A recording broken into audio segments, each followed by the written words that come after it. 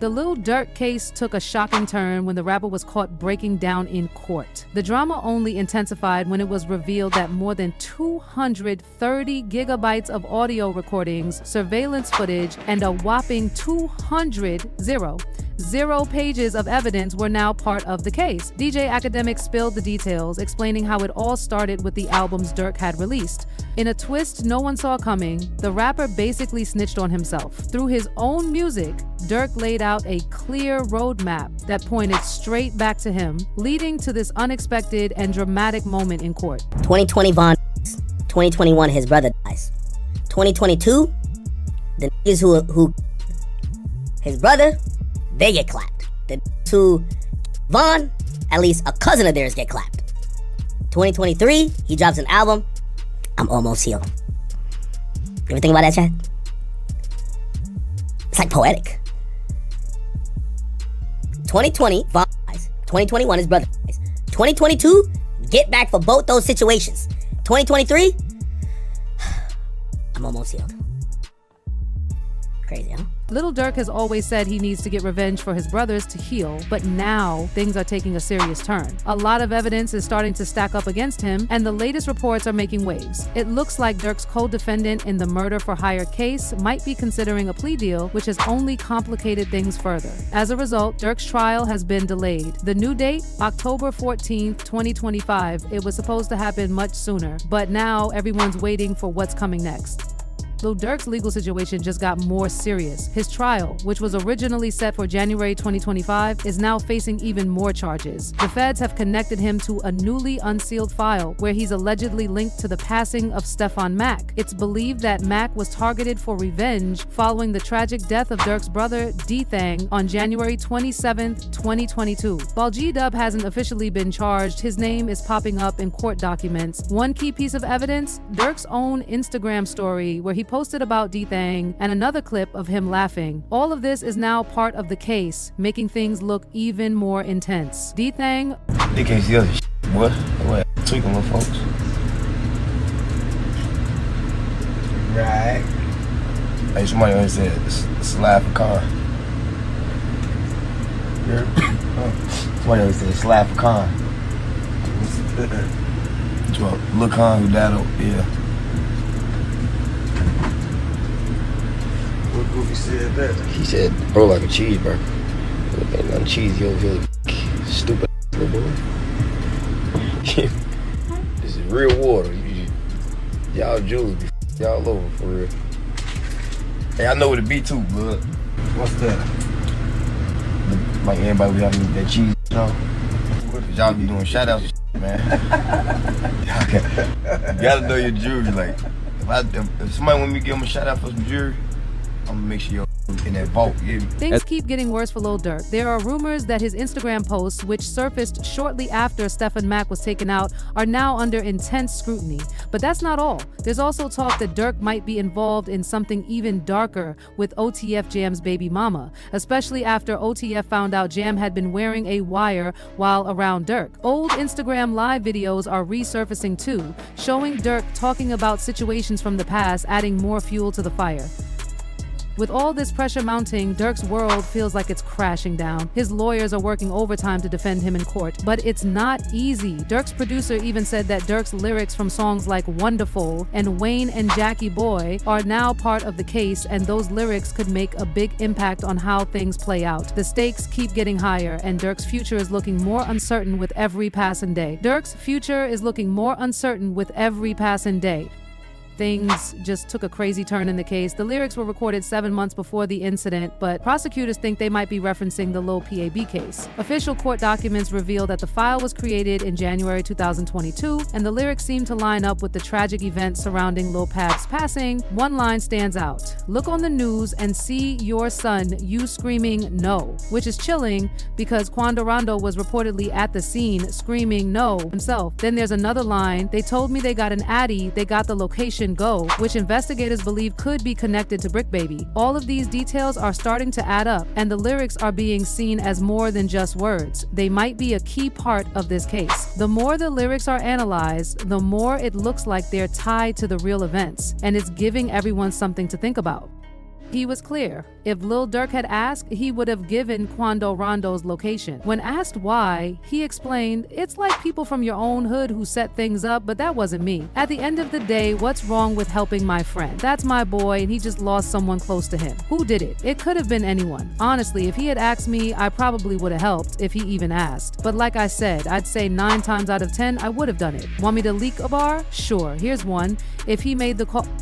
Things are getting serious for Lil Durk as more evidence keeps coming to light. Brick Baby had once said that people couldn't deny Durk's loyalty to King Von, especially after they got Lil PAB. But after Durk's arrest, Brick Baby realized he might have spoken too soon. The situation got even bigger though. Now 5 gang members from Chicago, all tied to Durk's OTF crew, are accused of being hired to target Quando Rondo during the LA incident where Lil Pab was killed.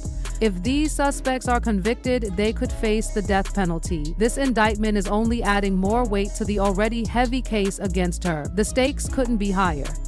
Things are getting more complicated as new details come out. People are saying the suspect's flights and rental cars were paid for with credit cards tied to OTF, which is raising some serious questions. Was this an attempted hit? There's a lot of confusion around this, especially with people mentioning FBG cash and federal charges in California tied to Lil PH. It seems like this situation is bigger than anyone first realized. But the main piece of evidence that stands out is that King Von was seen hanging out with several people who are now linked to Lil Pab's passing. This is making the case even harder to ignore, and it's clear that more connections are still being uncovered. Years later, it's becoming clear that they were closely tied to OTF and probably wanted revenge for King Von. Things got real fast with people stepping in to make sure everything stayed in control, but just when it seemed like Lil Durk had enough on his plate with his case, now there's talk that his enemies might be trying to take him out. Reports are saying that Durk's sudden and quick prison transfer happened because of problems in his cell block. As a high-profile rapper, he became a target, with others allegedly coming after him for commissary and money. The pressure is building, and it looks like Durk's situation keeps getting more dangerous with every new twist.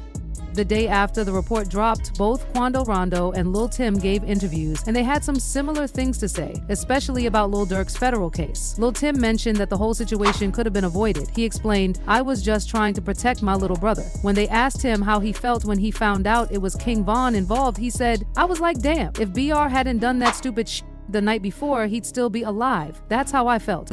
He added, "I'm not the type to dwell on that stuff. I'm a humble person." It's clear that the whole situation is still weighing on him, but he also tried to keep it real, showing a more reflective side to everything that went down. Lil Tim made sure to say that he wasn't trying to disrespect anyone, especially King Von's mother. He said, "I could easily get caught up in that drama and chase clout, but that's not me. I'm a humble person." He also mentioned that if things had been different, none of this would have happened. Then Quando Rondo opened up, saying he wished everything had been handled in a better way. He seemed really disappointed, sharing that Durk had lost his friends and family all for the sake of revenge. It's clear from both of them that they feel things could have turned out differently if emotions hadn't taken over. Whoever on my side, they got kids and a mama that 100% love them. And at the end of the day, bro, all this bull that we talking about is stupid. That could have been handled a totally different way. It could have been handled to the point where a song and $3-4 million could have came out. Or whatever, like they could have got handled in a legit way, in a music way. There's talk that Quando Rondo could be targeting Durk inside jail, possibly using his own crew to make a move on him. Rumors are going around that there's footage showing JM recording the planning of OTF catching Quando Rondo's crew, which only adds more drama to the situation. On top of that, Durk's recent cell block transfer seems to have made his conditions even worse. Around this time, Charleston White made some strong comments, saying that rappers like YNW Melly and Durk don't deserve special treatment. He went as far as saying, "I'm glad they're in jail and getting mistreated. When you take someone's life, you can't complain about anything." These words hit hard, and it seems like Durk's chances of getting out are getting slimmer by the day. B-Dub was hit with a shocker when he found out that his co-defendant, Von E, had filed for protective custody during their court appearance this week. This news quickly stirred up reactions, especially from Durk's friend Bezu, who hopped on Instagram Live to share his thoughts. Bezo was clearly frustrated, saying, "Y'all don't know what's really going on. These people in the courtroom are throwing out false accusations. People are acting like they're detectives, but they don't have all the facts. It's just weird to me, man. This is the kind of stuff I'm talking about." Bezo's message was clear. Don't rush to judge without knowing the full story. Bezu was clearly upset, firing back at the rumors swirling around. First, it's Jam. Now y'all saying Vonnie's a snitch? What are y'all even talking about? Y'all don't really know what's going on. He kept going. This is why I stay out of anything illegal. People like y'all are just trying to get others locked up, trying to send them to meet Larry for the first time. But then DJ Academic stepped in, denying the reports and saying Vonnie hasn't snitched at all. It's clear there's a lot of noise around the situation, but the truth is still up in the air. When you see something posted by Flo, you almost have to take a second look and think, wait, did I really just read that? The headline was wild. Lil Durk finds out that his co-defendant, OTA Vonnie, King Von's cousin, requested protective custody when they went to court. It's hard to believe, right? It sounds so crazy. This is exactly why streams like this exist, to talk through it all. Now, I'm not here to call anyone out, and I won't say I haven't gotten things wrong once in a while. But my goal is always to be accurate, and I don't try to spread anything unless I'm sure. Be incorrect out of malice, right? This is why we love to bring up the paperwork and try to explain it and also increase everyone's knowledge on stuff, because a lot of times these days the headline is way better than the story. And to confirm it himself, Durk took a phone call where he said he wasn't taking protective custody, meaning OTF Venani wasn't either. However, the caption of the post defends Durk dating. Just got off the phone with my brother Durk. He's in good spirits, staying positive and trying to get back home to his kids and family. We're not glorifying negativity. We're more than just street guys. That's an understatement. We're men of honor and the code. No matter our financial status, bro, hit the main line with the rest of our kind. No protective custody.